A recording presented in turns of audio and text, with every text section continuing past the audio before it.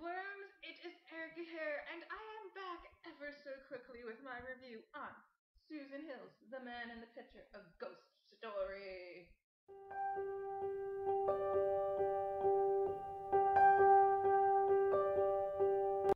I really wanted to do this review for you guys at night. I attempted it last night when I finished this.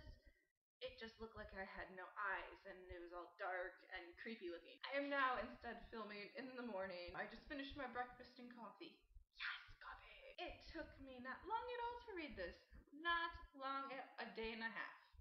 It really took me a day and a half. That is sad because it is small. It should have taken me a day. But we will get into that. We will. Now, I read to you guys this little back panel here. And kind of like Casual Vacancy, this tells it all. Let's begin my synopsis of this book because I want to rant. I really, really want to rant about this book. This is going to be a fun review. We begin this tale of the man in the picture with this character named Oliver. He's sitting in his old professor's college room and they're in Cambridge and he's not from Cambridge. The professor then begins to tell this tale of this picture that seems to grab Oliver's attention and he's like, oh, have I ever told you how I came across this picture? And they're sipping whiskey and one would assume that the professor's drunk, hence the reason he's telling this story. We begin the story and it's the professor going on about his early days at Cambridge and how he came across this picture at an auction and that he was collecting art and then reselling it, but he came across this picture and he bought it and someone tried to buy it from him because they really wanted the picture or their employer wanted the picture. He wouldn't sell it to them, he left. It goes on and I think a few years pass and he gets contacted by this woman. Well, she sends her employee asked to find him. And they talk about buying the picture again. And instead, he's like, when you're ready, come to this address. He gives this lady's address. The professor then goes to this address and he meets this woman, the Countess. She begins to tell her tale of the picture that she wants so desperately back. It begins with how she met her husband and how she kind of stole her husband from another woman. And this woman goes insane and as a wedding present sends them this picture. And apparently there was some curse on the picture and her father-in-law dies and then is sucked into the picture. But then they go on their honeymoon anyways to Venice. And her husband goes missing and then lo and behold, her husband's sucked into the picture.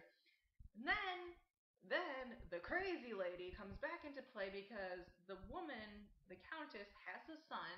She finds out she's pregnant after her husband goes missing. God, that had to have sucked.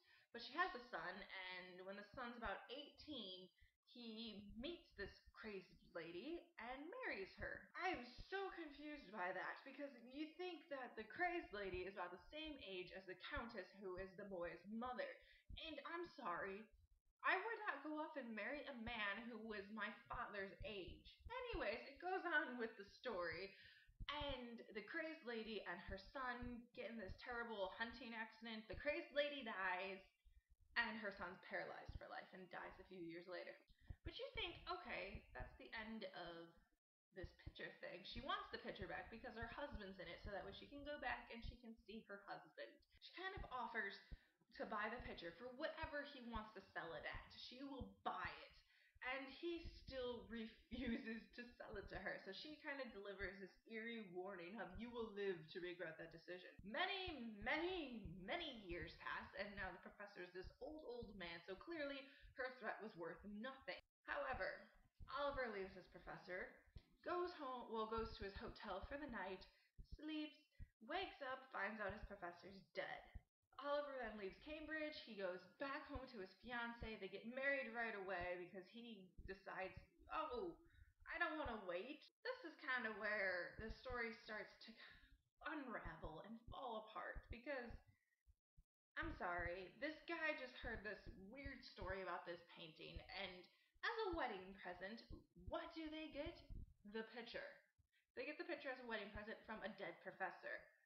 And Oliver decides, hey, let's go to Venice for our honeymoon. They're in this kind of parade thing, and it's following the story of the Countess now. His wife goes missing. I can't tell you what happens after.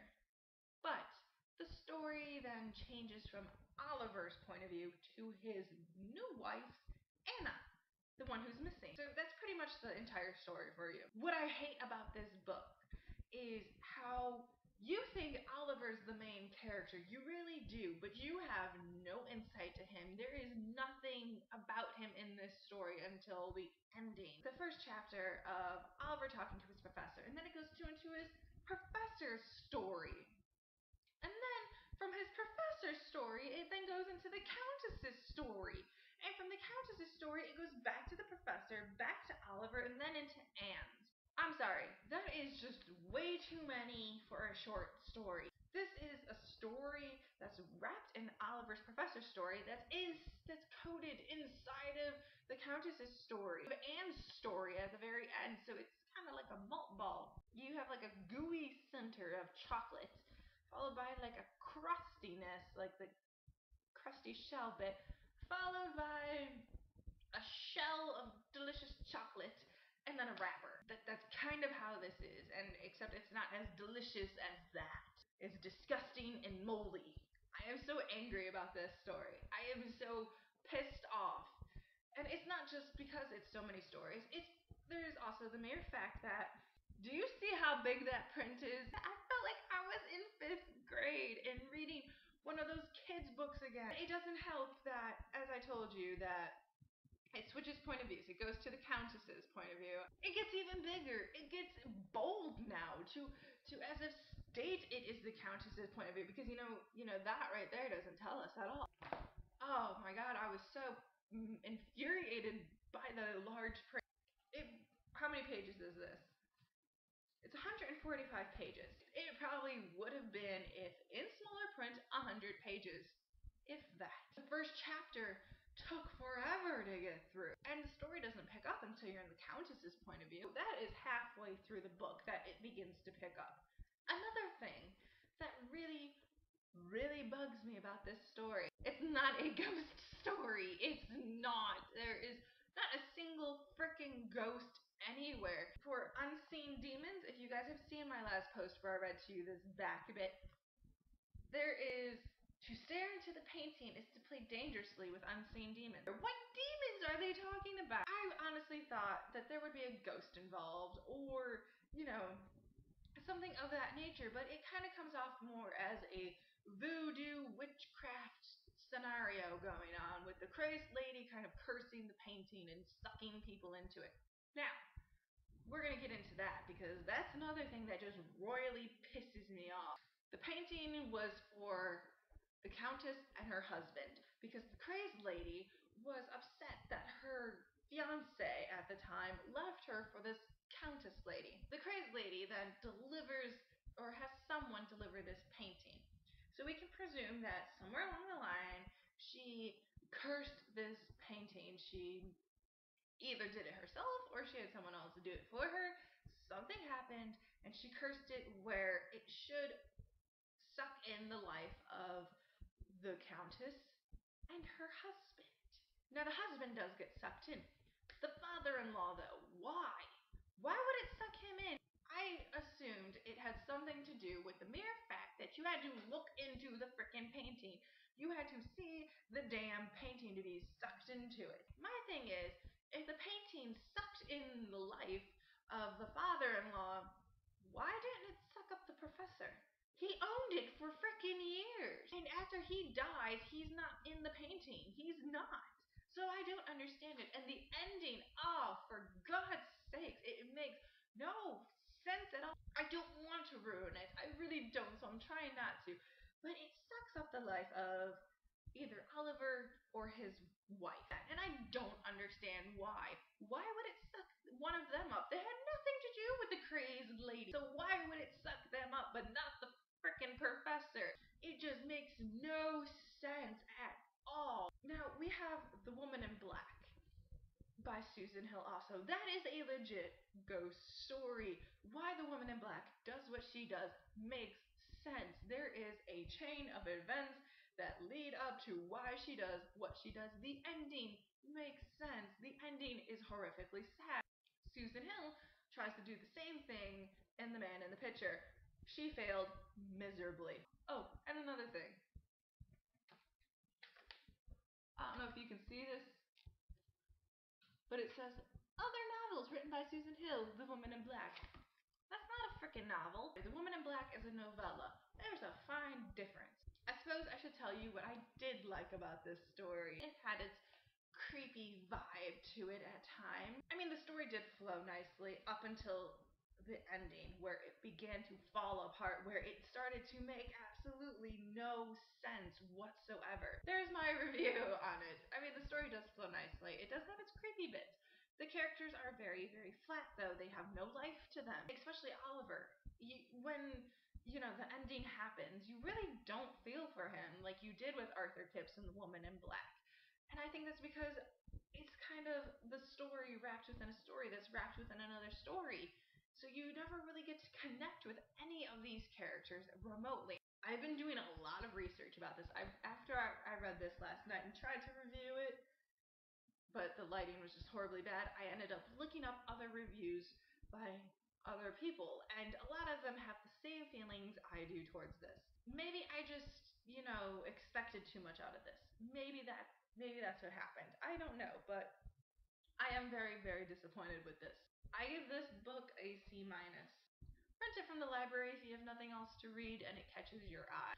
Anyways, the next book I'm at least excited to get into. I give you guys C.J. Sampson's Revelation. I did my book haul and I showed that I was excited about this book, and I really, really, really, really, really, really am. So, please be good. As you can tell, it's a fatty. So, I'm going to read to you guys this back bit. Spring of 1543. King Henry is wooing Catherine Parr, whom he wants for his sixth wife. Archbishop Cranmer and the embattled Protestant faction at the court are watching keenly, for Lady Catherine is known to have reformist sympathies. Matthew Chardelake, meanwhile, is working on a case of a teenage boy who has been placed in Bedlam Insane Asylum, and fears that the boy's terrifying religious mania could lead to him being burned as a heretic. When an old friend is horrifically murdered, Chardelake promises his widow that he will bring the killer to justice. His search leads him to Cranmer and Catherine Parr, and to the dark prophecies of the Book of Revelation. It sounds really good. It has a lot of factors in it that I do truly love. I love historical novels, historical fiction. I love it.